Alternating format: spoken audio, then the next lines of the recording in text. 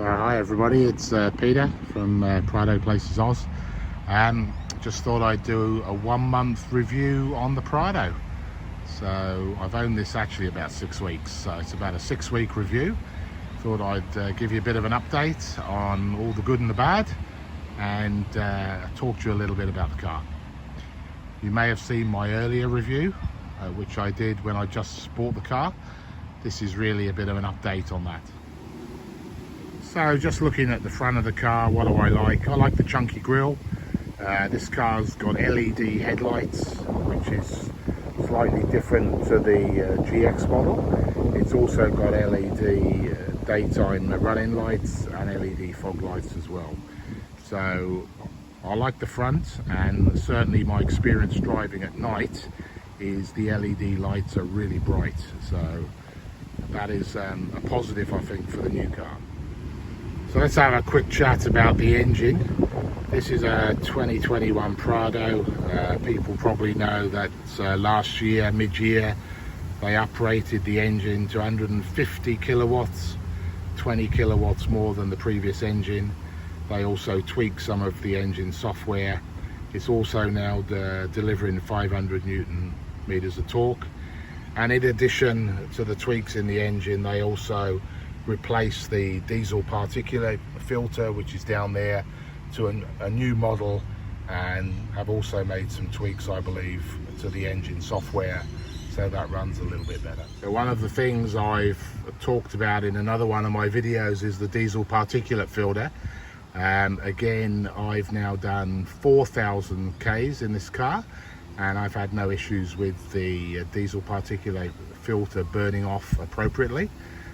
It's roughly doing it every 300 Ks, and I'll show you on the inside what that looks like. So what do I think of these tyres? These are Dunlop 80 20 grand Treks. I have found them extremely quiet.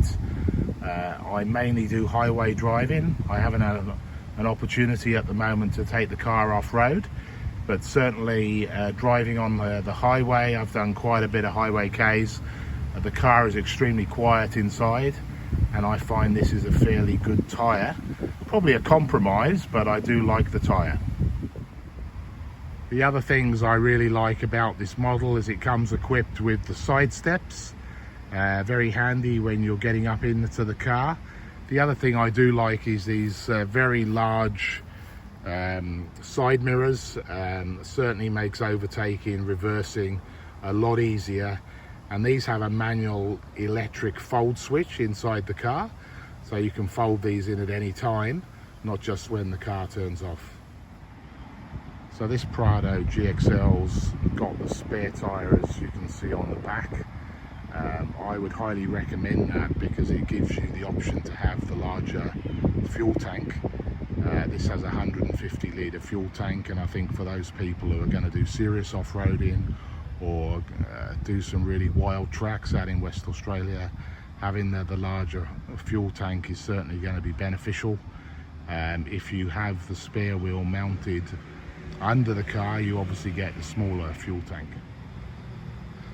So one thing I would add that I don't really like is that the reversing camera on the Prado is quite a poor quality one, and I would have thought when you're spending this sort of money on a four-wheel drive, Toyota could afford to put a high-definition camera on the back. So that is something, a bit of a negative. The view's okay, but it's certainly not a high-definition camera like most other cars of this value. The car comes, as you can see, with a cargo blind. The only thing I've added since I bought the car in terms of the back is this rubber mat. This is not the actual Toyota mat. It's an aftermarket one from Super Cheap Auto, about 49 bucks, but it certainly does the trick, and it just stops the wear on the carpet. So inside the car now, quite a few things I like. I do like the analog gauges. However, this multifunction display in the middle can show you lots of information. At the moment, I have it showing the state of the diesel particulate filter. So you can see on my car at the moment, it's showing 2 bars. What I have found, and I made a separate video on this, but what I found is when it gets to about 4 bars out of 10, it starts doing a burn and a regeneration, and you can keep an eye on that by looking at this screen, flicking to this screen and just making sure that the DPF burn is actually happening. So other things obviously you can see on this screen, this is looking at when I reset the Tripometer. I have been averaging 7.9 litres per 100 k's, which is spot on what Toyota says in the book.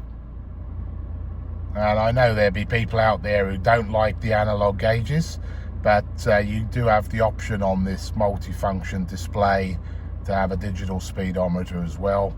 It's just a case of flicking the button, and where I showed some of those other bits of information about the DPF and the fuel usage, you can also have a digital speedo there. So for people who like digital speedos, it's there. So one other thing I think Toyota do fairly well, and certainly on the Prado it's well laid out, this is the control for the center multifunctional display.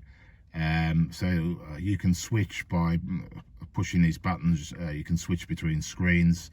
It's nice and simple, it's intuitive, it lets you look at information quickly and simply.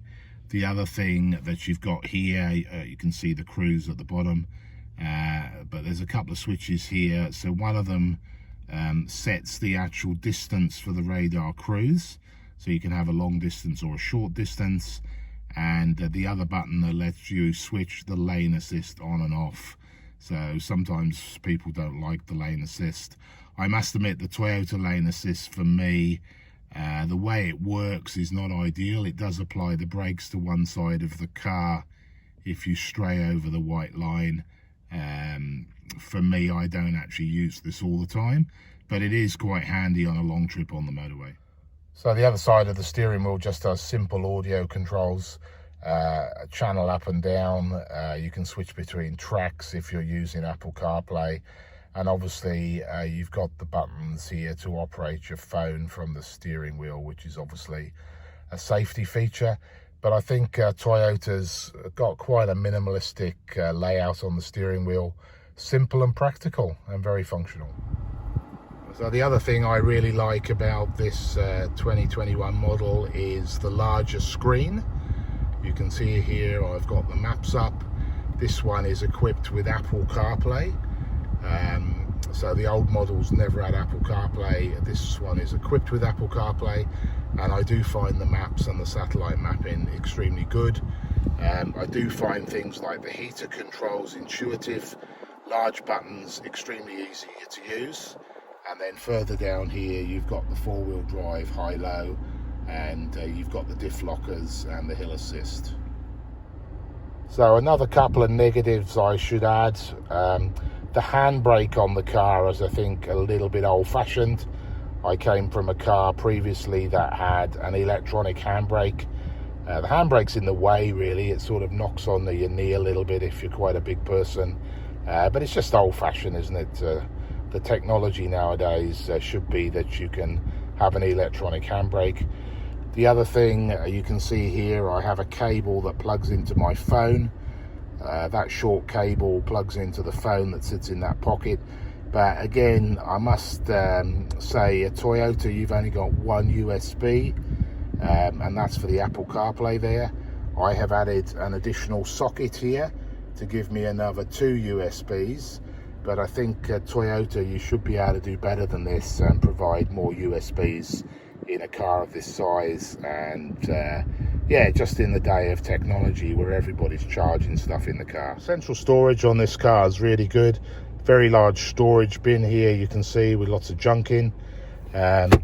Space wise, the seats are extremely supportive and comfortable, and you can see down there in the door bins you've got very large storage pockets. Glove box on the car is huge. One other thing I've added here is a dash mat, mainly because of the harsh Australian sun. It certainly helps to prevent the dash from cracking and getting damaged. So rear seat space is really good. Had a chance now to carry a few people in the back. No complaints about the space or the headroom. The other thing that people like is the air vents up in the ceiling here. One of the things I do like about the Prado is in the back here it's got a tri-zone air conditioner, so you can see here that the rear passengers can control their own air conditioning, and in the front it's got a dual zone climate control. Now this is actually a 7-seat model. I'm not using the 7 seats, they're folded down, but if you fold up the seats and you've only got the second row in place, it's about 600 litres of space in the boot, and if you fold this second row of seats down, you're getting about 1100 litres of space, so it's a pretty spacious car. So all in all, 1 month of ownership, I'm extremely happy with the car.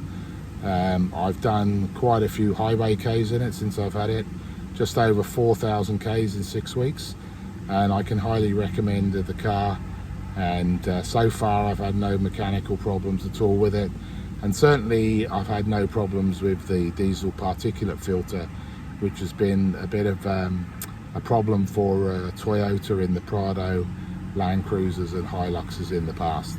But certainly my experience so far is it's all been sorted. I know they've actually used new engine software. They've actually put in a new diesel particulate filter in terms of the structure of the filter has actually been changed. It's a new design, and the engine software has been upgraded to actually make this work and perform better. The other thing that Toyota have done is that the 6-speed auto I find is really good. Again, they've made some software changes which have actually tweaked the ratios, and now it holds gear a lot better. It's not constantly hunting around for gears. So I think that's another performance update that Toyota have made in the 2021 Prado. Anyway guys, that's it for now. That's my review. 6 weeks of ownership and a very happy customer still. Thanks.